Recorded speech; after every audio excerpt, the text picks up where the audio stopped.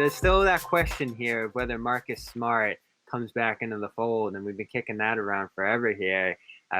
What's going to finally be his last day with the Celtics? Is he just going to be here forever? Are they going to extend him and he'll be here till 2026? That's an option this offseason.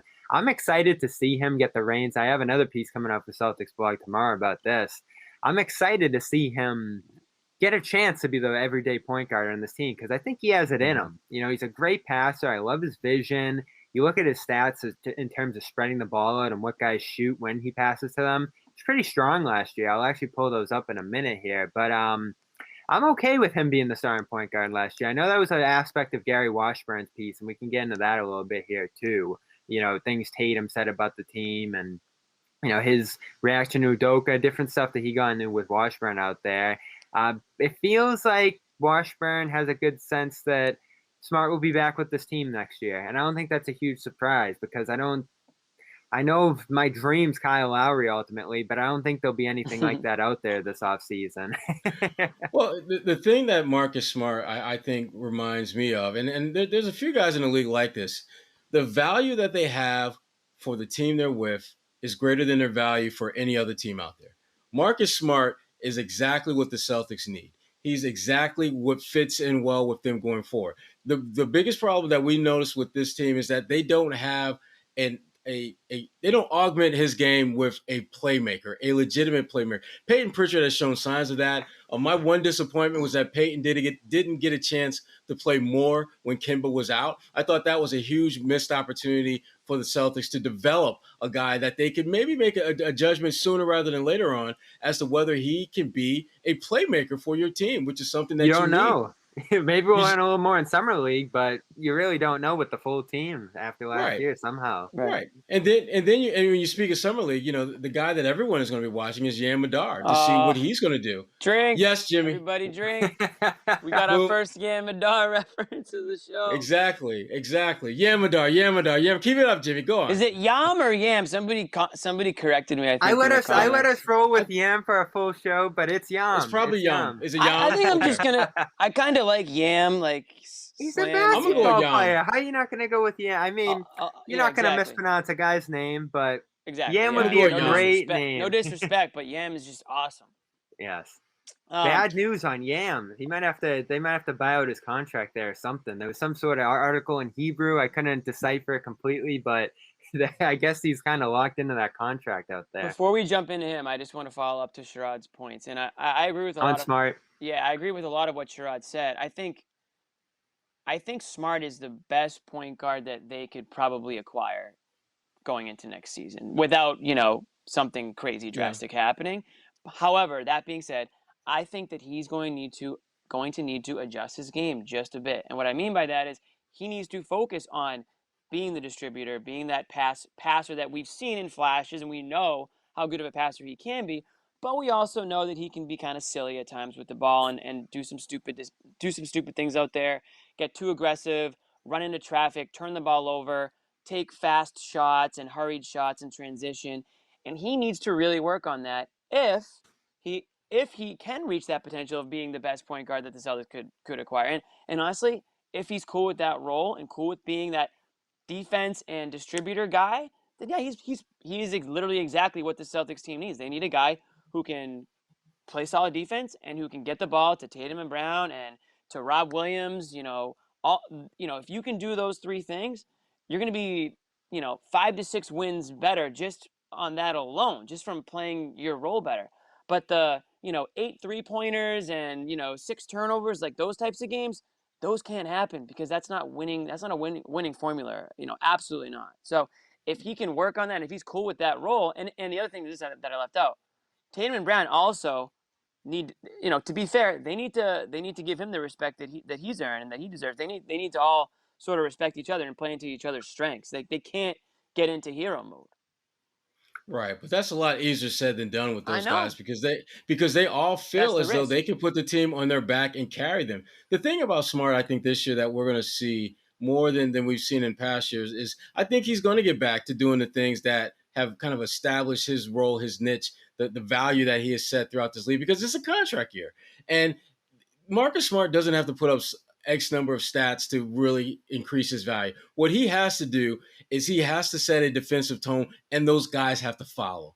To me, that didn't happen enough last year. I thought Marcus Smart had moments where his defense was on a level and the rest of the guys were about 5, 6, 7 levels behind him. Yeah. And you didn't feel as though that they were trying to make an effort to catch up with him. And if you're Marcus Smart and you know you're a great defender and you've proven that time and time again, and you look around and nothing but crickets when you talk about, hey guys, let's D up. And it's like, can't do it yourself. No one can't play. Yeah, you can't. And so to me, I think this season is going to be a year of redemption for all of those guys. I think they're going to, Marcus, I think he will have an opportunity to lead this team and hopefully have guys who will follow that lead. You can still follow Marcus's lead and still be an elite player if you're Jason Tatum, if you're Jaylen Brown, but you've got to play better team as a collective and not go into hero ball and thinking that you can put the team on your back by yourself and get it done. Because we've seen that movie and it sucks. It sucks. It's a horror movie, and I hate horror movies. The good news with Jimmy, Smart, don't be scared. Listen, give me a nice rom-com, give me an action thriller, but I'm cool without, Chucky and all that stuff. That's a good name for Marcus Smart. Chucky. When he's chucking threes, we're going to call.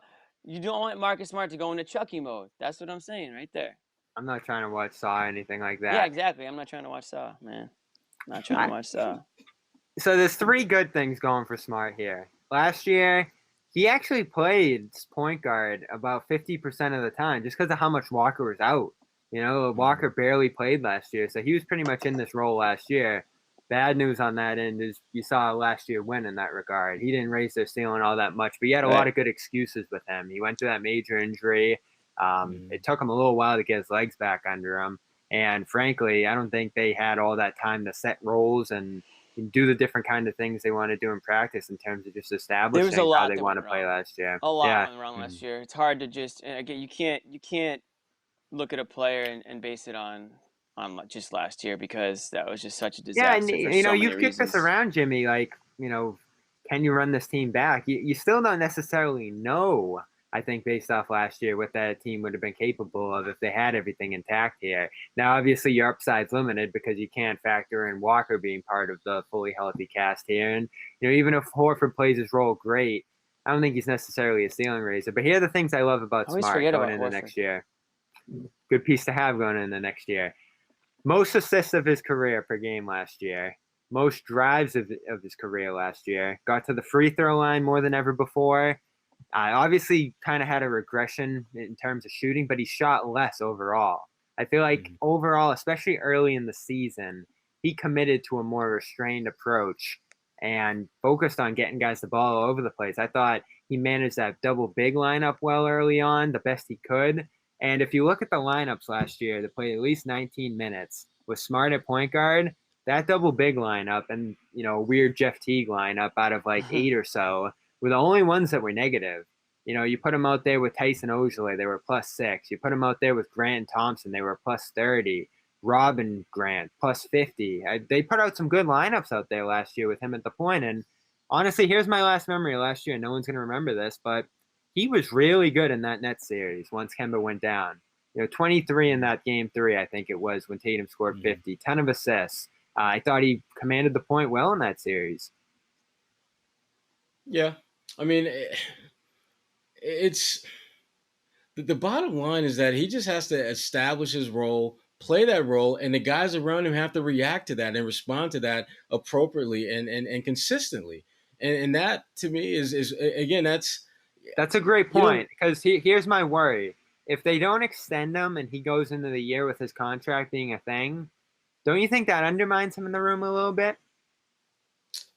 It makes it a little more. Yeah, I do think it complicates things a little bit because, when that contract doesn't get extended, it raises questions that if you're Marcus Smart and the Celtics, you don't want to be asked, but they have to. How is this going to impact his ability to lead? Because I don't think he will do anything that would jeopardize that leadership. It really becomes more about how are the guys responding and reacting to his leadership. Because I think he's still going to play hard. He's still going to do all the Marcus Smart type things out there. But Is that going to be enough for those guys in that locker room to listen to him, to follow his lead, to do the things that he has done well at a high level for years when they know there's a chance that he may not be here, at the end of the season? Those are some of the issues that I know that it's, again, I think Marcus is going to be fine and he's going to do what he needs to do, but I'm not sold that the guys around him are going to do what they need to do in how they respond, respect, and have the consistency as players based upon what he brings to the table. Because he's a big part of what they're going to do next year. There's no getting around that. Their defense sucked. He's your best defender. Here's a radical thought. How about following what he does defensively and incorporate that into your game? That's kind of how this stuff typically works. That's kind of how it's worked in the past. Having Al Horford back, I think, is a huge benefit in that regard. But again, you still don't know how these guys are going to handle, Marcus being in this role where he may or may not be there the following season. Well,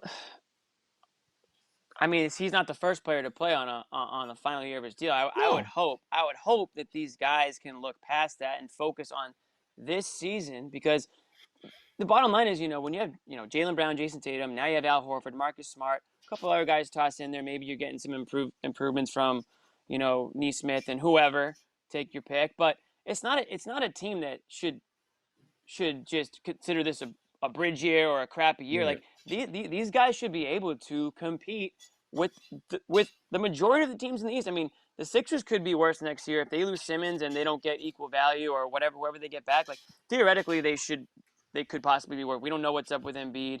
The Celtics should be in the mix. The East is wide open. The Celtics should be in the mix. So all this stuff about we're not going to listen to you because you might not be in the team next year. Well, who the hell knows who's going to be in the team next year? Aside from Jason Tatum, I mean, obviously Jaylen Brown's right up there with him, but it's stupid to predict. I mean, the team could look completely different in 2 seasons. So just play your game. And listen, they don't need to be best friends, but they do need to respect each other, and they do need to trust each other on the court. They can't play with attitudes or egos and all this stuff.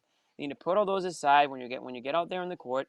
Marcus Smart's talented enough to put these guys in the right positions, and he's obviously talented enough to do his thing on the defensive end. He's first team all defense player. So you're right, Sherrod. They need to buy in a little bit to what he's doing. And at the same time, Marcus Smart, if he is going to earn this point guard role, his duties need to be clear. Your job is to get these guys the ball where they need to get the ball. And if you have a lane, go for it. But that's not option number 1 for you. That's option 4. Hi guys, Cedric Maxwell here. I want to take a minute to tell you about Marigold Medical. I'm used to keeping my body in great shape, but with arthritis, even the most simple everyday tasks became unbearable. As soon as I called Marigold Medical, I knew I was in good hands. No drugs, no surgery, just an experienced team of caring professionals that wanted to get me back to doing the things I love. Make the call to Marigold Medical and get back to pain-free life.